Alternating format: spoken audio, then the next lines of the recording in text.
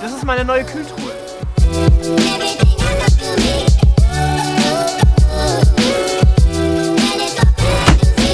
Normalerweise sind solche Kühlboxen immer super teuer, vor allem solche mit Kompressor. Die hier kann sogar tief kühlen, aber es ist die einzige, die jetzt unter mein Bett passen würde. Ich habe die richtig günstig gefunden und gebraucht für 300 € bekommen. Allerdings nicht nur eine, sondern 3 Stück. Falls ihr also auch Interesse an so einer Kühlbox habt, dann schreibt mir einfach eine E-Mail. Die E-Mail-Adresse ist in der Beschreibung.